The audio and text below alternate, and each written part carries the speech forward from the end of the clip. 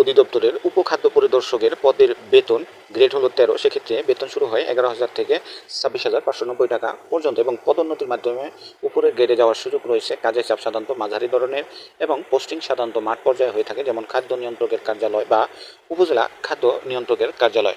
উপখাদ্য পরিদর্শকের বেতন, সুযোগ সুবিধা, পদোন্নতি, কাজের চাপ এবং পোস্টিং সম্পর্কে আরেকটু বিস্তারিত। বেতন ও সুযোগ সুবিধা।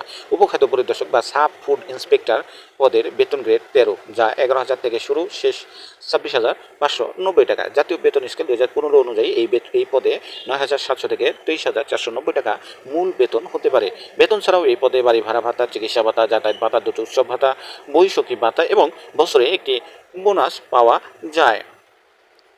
পদোন্নতি। উপখাদ্য পরিদর্শক পদ থেকে পদোন্নতির মাধ্যমে সহকারী পরিচালক বা অ্যাসিস্ট্যান্ট ডিরেক্টর পদে যাওয়া যায়। পদোন্নতি সাধারণত জ্যেষ্ঠতা এবং কর্মমূল্যায়নের ভিত্তিতে হয়ে থাকে। কাজের চাপ।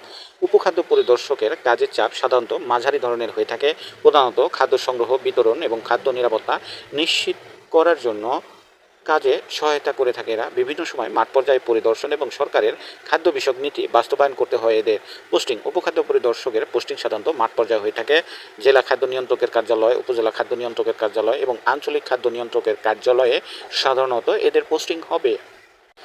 এছাড়াও কিছু ক্ষেত্রে খাদ্য গুদাম বা অন্যান্য খাদ্য বিষয়ক প্রতিষ্ঠানেও পোস্টিং হতে পারে।